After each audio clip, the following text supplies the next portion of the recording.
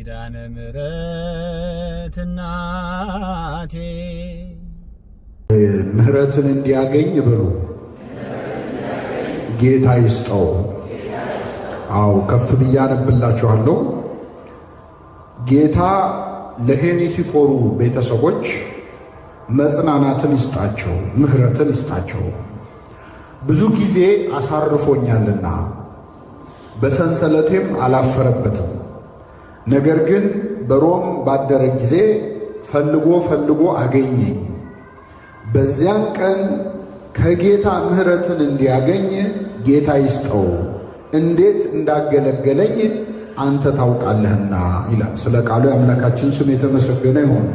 ቅዱስ ጳውሎስ ዛሬ እንደተለየን እንደ ወንድማችን እንደ ዲያቆን ኃይለ ጊዮርጊስ እጅግ ሲያገለግለው የነበረ በቤተ ክርስቲያን በምዕመናን ዘንድ ይወደድ የነበረ ቅዱስ ጳውሎስ ደግሞ በታሰረ ጊዜ እስር ቤት ድረስ እየሄደ ይጠይቀው የነበረ። ሌላው ቀርቶ ቅዱስ ጳውሎስ ተግዞ ወደ ሮም በግዞት ተሄዶ ይግባኝ ጠይቆ ሊፈረድበት በሮም እስር ቤት ውስጥ ታስሮ በነበረበት ሰዓት ሌሎች ክርስቲያኖች አይ ታስሯል፣ እሱን ሄደን ብንጠይቀው እኛንም ጨምረው ክርስቲያን ናቸው ብለው ያስሩናል ብለው ፈርተው ጳውሎስን እስር ቤት በማይጠይቁበት ጊዜ በሰንሰለቱ ሳያፍር እየተመላለሰ ይህ ሄኔሲፎሩ የተባለ ሰው ይጠይቀው ነበር። የእግዚአብሔር ጊዜ ሆነና ይህ ሄኔሲፎሩ የተባለ የእግዚአብሔር ሰው የቅዱስ ጳውሎስ ደቀ መዝሙር አገልጋይ ነፍሱ ከሥጋው ተለየች፣ አረፈ። እሱ ባረፈ ጊዜ ቅዱስ ጳውሎስ ሁለት ቃላትን አሁን ያነበብኩላችሁን ተናገረ። አንደኛ ጌታ ለሄኔሲፎሩ ቤተሰቦች ምሕረትን ይስጣቸው፣ ወይም በእኛ ቋንቋ ምን ይስጣቸው ማለት ነው? መጽናናትን ይስጣቸው። እንዴት እንዳገለገለኝ ታስታውሳለህ?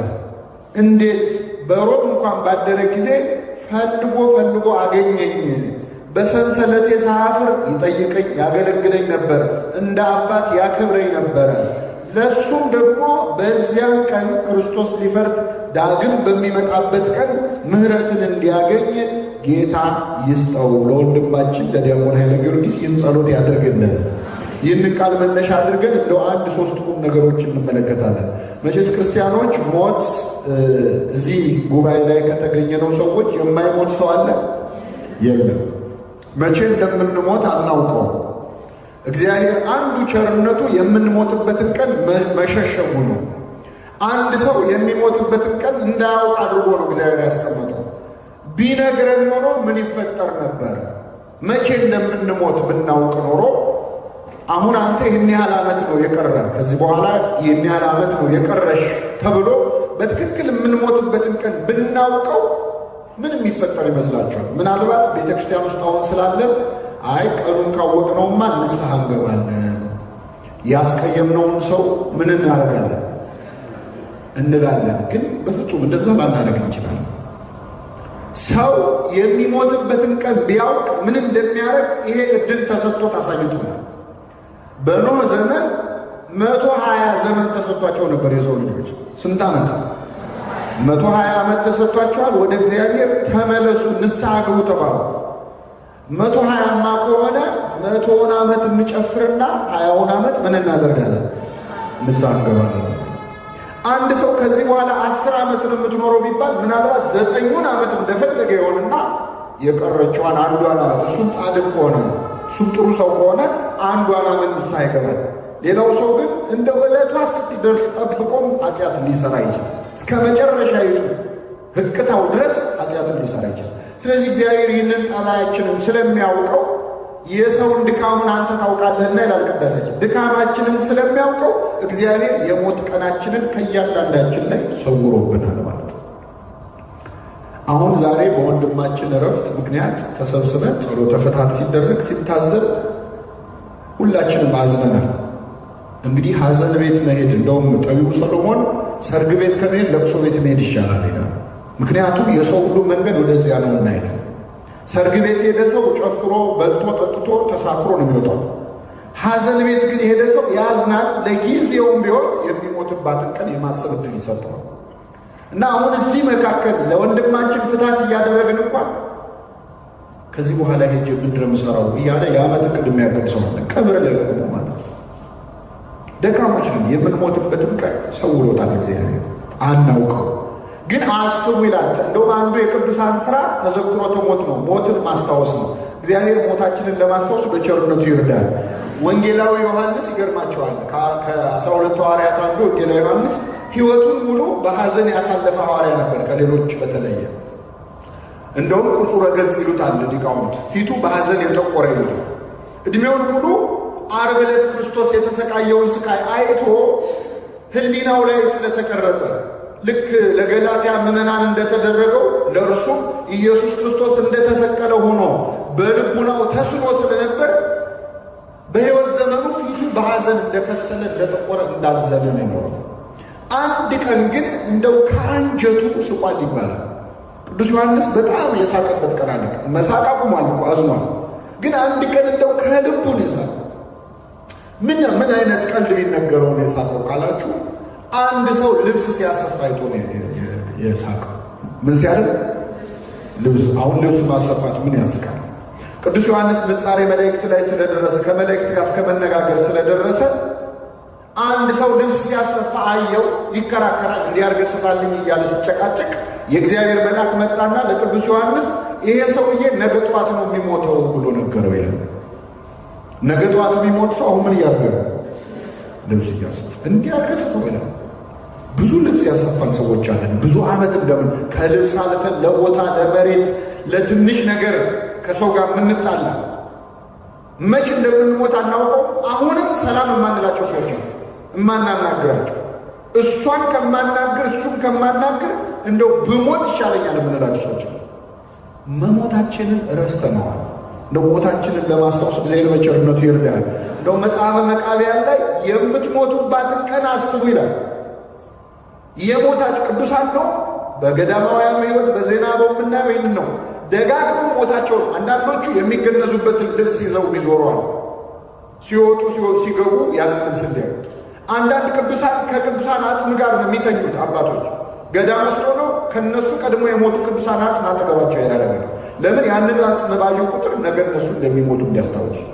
እኛ ግን ነገር ዓለሙን ስለረሳ ነው ተስፋችንንም ዓለማችንንም ሕይወታችንንም እዚህ ምድር ላይ ያደረገ ጊዜያዊ መሆኑ ረስተነው እና እንደዚህ እንደ ወንድማችን ከመካከል ሰው ሲለይ አንዱ ጥቅሙ ምንድን ነው? እኔም እኮ ነገ ልወሰድ እችላለሁ። አንችልም? እንችላለን። ወንድማችን ከእኛ ቀድሞ እንዲህ እኛ እንድንቆይ ያደረገ የእግዚአብሔር ቸርነት ብቻ ነው። ይህንን ማሰብ መቻል አለብን ነው።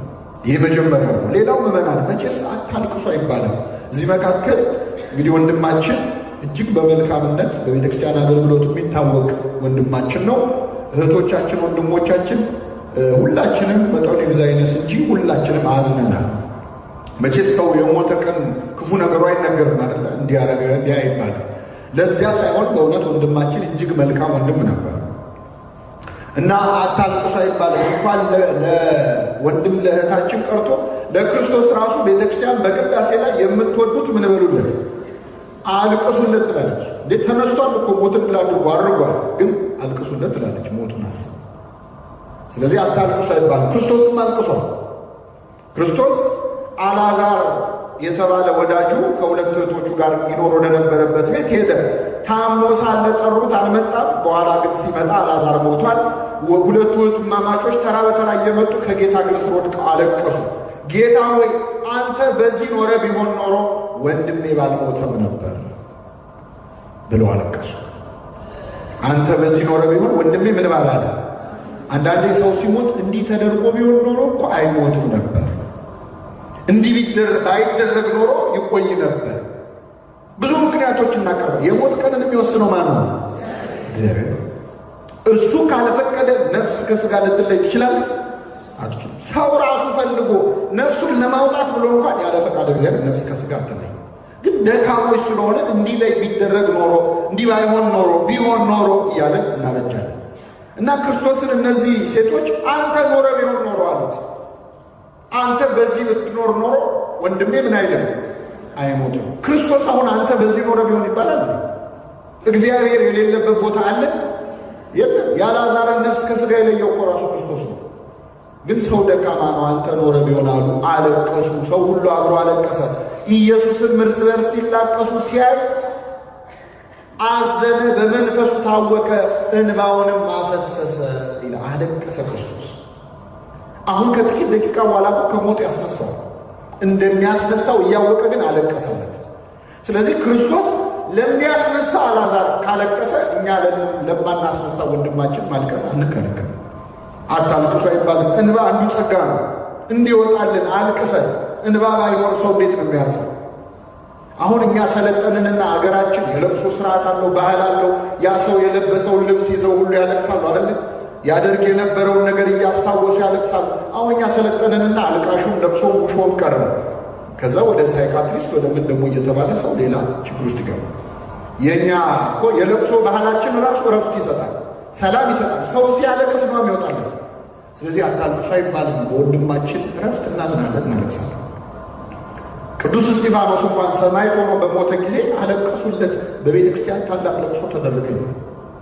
አሁን ቅዱስ እስጢፋኖስ እኮ ስሉስ ቅዱስን እየተመለከተ ነው ሰማይ ቆሞ ኢየሱስን አይቼዋለሁ በአብ ቀኝ እያለ እንደዛ ሆኗልና አታልቅሱ አልተባለ። ታላቅ ለቅሶ ተደረገለት። በወንድማችን እረፍት እናዝናለን። ግን ሐዘናችንን እግዚአብሔር የሐዘን ዳርቻ ያድርግልን፣ የሚያረጋጋ መልአክን ይላክልን። አታልቅሱ አትልም ቤተክርስቲያን። እናዝናለን፣ እናለቅሳለን። ክርስቶስ እንደሚያስነሳው እያወቀ አለቀሰ። ወዲያው ግን አስነሳው ይላል። አልዓዛር ተኝቷል ብሎ ነበረ፣ አስነሳው። አሁን ወንድም እህቶቻችን እንቅልፍ ቢተኙ፣ የምናስታመማቸው የታመሙ ሰዎች ቢተኙ አይ ተኝቷል ብለን ዝም እንላለን እንጂ ወይኔ ወይኔ ወንድሜ ወንድሜ ተኛ ብለን እናለቅሳለን? አናለቅስም።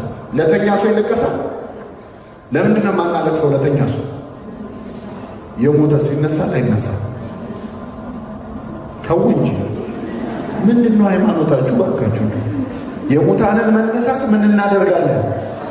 የሞተ ይነሳል አይነሳል? ረሳ ነው። አያችሁ፣ የሚነሳ ይመስላል። ለተኛ ሰው እናለቅስም። አይተኝቷል ይለፍልን ነው የሚለው። አንቀላፍተው ስላሉት ደግሞ ይላል ቅዱስ ጳውሎስ ተስፋ እንደሌላቸው እንዳታዝኑ። ምን ብለው ስላሉት? ለሞቱት ለማለት እኮ ነው። እስጢፋኖስም ከአባቶቹ ጋር አንቀላፋ ነው የሚለው። ሞት አይልም። ሞት እንቅልፍ የተባለው ትንሣኤ እንዳለው እንዳንረሳ ነው። በእውነት ትንሣኤውን በልቡናችን ይሳልብን እግዚአብሔር። አሁን ስለረሳ ነው የማይነሳ ይመስለናል። አይ አሁን ከሞት ከዚህ አይደለም፣ ይነሳል። ፈጥኖ ይነሳሉ ነው። በሥጋ ስንቆጥረው ረጅም ጊዜ መስለናል እንጂ በነፍስ ግን በጣም በፍጥነት በጥቂት ጊዜ ሙታን ሁሉ ይነሳሉ።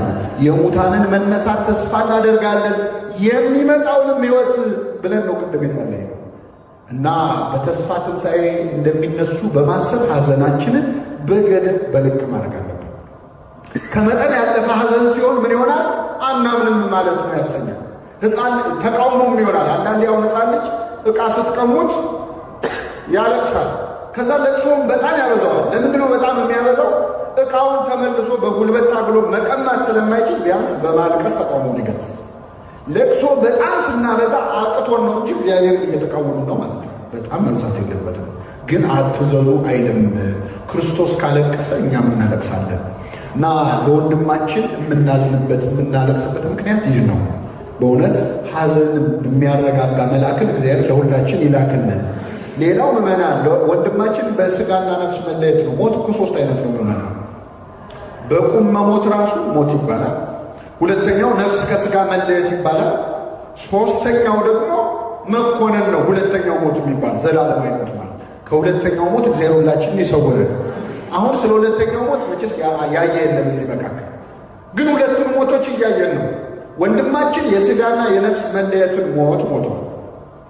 እዚህ ያለነው ሰዎች ውስጥ ደግሞ በኃጢአት ምክንያት የሞቱ ሰዎች አሉ። የበለጠ የሚያሳዝነው ከሥጋ ሞት ይልቅ በምን መሞት ነው? በኃጢአት የሞተ ሰው ለመጨረሻው ሞት ሊዳረግ ይችላል። በሥጋ የሞተ ሰው ግን ላይዳረግ ይችላል። እንደውም የሚያስፈራው ሞት አሁን እኛ ያለንበት ሞት ነው። እግዚአብሔር ከኃጢአት ሞት በቸርነቱ ያስነሳል።